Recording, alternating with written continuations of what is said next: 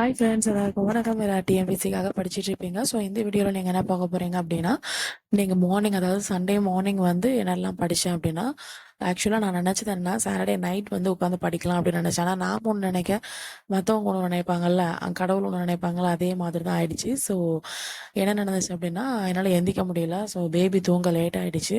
So அதனால் morning எழுந்துச்சு படிக்கலாம் அப்படின்னு சொல்லிட்டு மார்னிங் எழுந்திரிச்சேன். ஒரு 4:30 கிட்ட எழுந்திரிச்சேன். ஷோ ஃப்ரெஷ் அப் ஆகிட்டு வரதுக்குள்ளே ஒரு 4:40 கிட்ட ஆகிடுச்சு. சரி, ஓகே, நான் 10th ஸ்டாண்டர்டில் 9th இயல் வந்து நேற்று படித்ததை வந்து போட்டிருப்பேன். ஸோ இன்றைக்கி வந்து 8th இயல், ஓகேங்களா. ஸோ 10th ஸ்டாண்டர்டில் 8th இயல். ஸோ நோட்ஸ் வந்து எப்படி எடுக்கணும் அப்படின்னா, இப்போ வந்து உங்களுக்கு வந்து ஒரு இயல் படிக்கிறீங்க, ஓகேங்களா. அந்த இயல் படித்து முடிச்சதுக்கப்புறம் இப்போ 10th ஃபுல்லாக முடிச்சிடுறீங்க. முடிச்சதுக்கப்புறம் மறுபடியும் 10th ஸ்டாண்டர்ட் படிக்கிறதுக்கே நமக்கு வந்து எரிச்சலாக இருக்கும். நோட் எடுத்து படிக்கணுமா, இல்லை புக் எடுத்து படிக்கணுமா, ரொம்ப படிக்கிறதுக்கே மறுபடியும் ரிவைஸ் பண்ணுறதுக்கே நமக்கு தோணாது. ஸோ அதுக்கு ஒரு சின்ன ஈஸியான ஷார்ட்கட் என்னது அப்படின்னா, ஃபஸ்ட்டு வந்து ஒரு சப்போஸ் உங்களுக்கு வந்து மனப்பாடம் கூட ஆகாமல் இருந்திருக்கலாம், ஓகேங்களா. 10th ஸ்டாண்டர்ட் முடிச்சதுக்கப்புறம் 9th எடுக்கும்போது 10th நமக்கு மறந்த மாதிரி இருக்கலாம். ஸோ அதுக்கான ஒரு சின்ன டிப் என்னது அப்படின்னா, புக்கில் வந்து அந்த எந்த பேஜ் படிக்கிறீங்களோ அந்த பேஜுக்கு பக்கத்தில் நீங்கள் என்ன பண்ணுங்கள், ஒன்று ஸ்டிக்கி பேப்பர் இருந்துச்சு அப்படின்னா அதை யூஸ் பண்ணுங்கள், இல்லை கலர் பேப்பர்ஸ் இருந்துச்சு அப்படின்னா அதை யூஸ் பண்ணுங்கள், அல்லது காசு கம்மியான செலவு வேணுதுன்னா ஒரு நோட்டில் பேப்பர்ஸ் இருக்கவங்களோ அதை டேர் பண்ணிக்கோங்க. 4ஆக டேர் பண்ணி அதில் வந்து பீசஸாக கட் பண்ணி வச்சுக்கோங்க, குட்டி குட்டி பீசஸாக கட் பண்ணி வச்சுக்கோங்க. ஸோ எந்த லெசன் படிக்கிறீங்க அப்படின்னோ அந்த லெசனுக்கு பக்கத்துலேயே சைடில் வந்து ஒட்டி வச்சுருங்க. ஃபுல்லாக ஒட்டாமல் ஒன் சைடாக ஒட்டி வச்சுருங்க.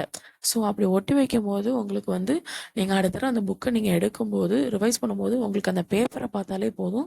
அதில் நீங்கள் வந்து அப்பப்போ லைட்டாக சின்ன சின்ன இங்கிலீஷ் வேர்டு அந்த மாதிரி ஏதாவது போட்டு வச்சுருந்தீங்க அப்படின்னா வித்தியாசமாக ஃபீல் ஆகும். சரி, ஓகே, படிக்கலாம் அப்படின்னு சொல்லிங்கிற மாதிரி உங்களுக்கு ஃபீல் ஆகும். நான் சின்ன சின்னதாக எழுதி வச்சுருப்பேன். ஸோ அது மாதிரி பெரிய பாடல் அது மாதிரி ஏதாவது இருந்துச்சு அப்படின்னா அதை வந்து புக் அப்படின்னு சொல்லி போட்டு வச்சுருவேன்.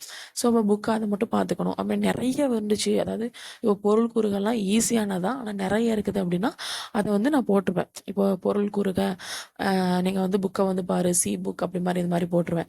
ஸோ இது மாதிரி நம்ம கார்னரில் வந்து கட் பண்ணி நம்ம வச்சோம் அப்படின்னா நமக்கு படிக்கிறதுக்கு இன்னும் ஈஸியாக இருக்கும். புக்கை நான் வந்து புக்கில் உள்ள வேர்ட்ஸை பார்க்காம நான் எழுதின பேப்பர்ஸை பார்த்தாலே போதும், எனக்கு வந்து அது படித்த மாதிரி இருக்கும். அது மட்டும் நான் எழுதுறதுனால எனக்கு வந்து இன்னும் கொஞ்சம் யூஸ்ஃபுல்லாக இருக்கும், ஓகேங்களா.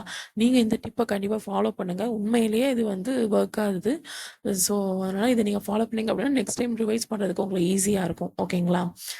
நெக்ஸ்ட்டு வந்து இது மாதிரி ஸ்டோரி அந்த மாதிரி இதெல்லாம் அதோட யார் அந்த நூல்வெளி இருக்கும்ல, அந்த ஸ்டோரியோட யார் வந்து எழுதியிருப்பா அப்படிங்கிற அந்த இது. அதுக்கப்புறம் நெக்ஸ்ட் வந்து அந்த நூல்வெளி, இந்த இதை எழுதிக்கோங்க. ஸ்டோரியை வந்து உங்களுக்கு அதை பார்த்தாலே உங்களுக்கு தெரியும். ஸோ இந்த ஸ்டோரி ஓப்பன் பண்ணால் ஸோ ஓகே இதுதான் அப்படிங்கிறது தெரியும்.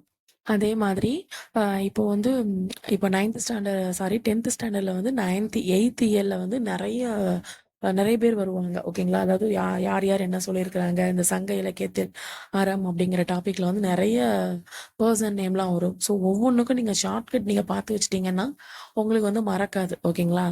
ஸோ இவருக்கு வந்து இதுதான் அப்படின்னு சொல்லி நீங்கள் பார்த்து வச்சுக்கலாம், ஓகேங்களா. இப்போ வந்து சாய்ஸ் அகாடமியில் நான் கூட ஃபஸ்ட்டு என்ன பண்ணுவேன், ஃபஸ்ட்டு இந்த ஒரு ஒரு இயல் நான் படிக்கிறேன் அப்படின்னா அந்த இயலை வந்து ஃபஸ்ட்டு ஒரு வீடியோ பார்த்துருவேன். ஏதாச்சும் ஒரு வீடியோ, இப்போ சாய்ஸ் அகாடமியில் வந்து ஷார்ட்கட்டுன்னு சொல்லுவாங்க, அப்படி ஓவரால் கம்ப்ளீட் பண்ணுவாங்க. ஸோ ஃபுல்லாக கம்ப்ளீட் பண்ண மாட்டாங்க, ஓவரால் கம்ப்ளீட் பண்ணிவிட்டு சும்மா லைட்டாக அங்கங்கே அப்படி இம்பார்ட்டன்ட் எல்லாத்தையும் கம்ப்ளீட் பண்ணிடுவாங்க. ஸோ அதை பார்த்துட்டு அதுக்கப்புறம் நீங்கள் வந்து நோட்ஸ் நான் இப்போ புக்கில் சொன்னால அதே மாதிரி ஒரு பேப்பர் கட் பண்ணி நோட்ஸை நீங்கள் எழுதிருங்க. ஸோ அப்படி எழுதும்போது உங்களுக்கு ஈஸியாக இருக்கும்.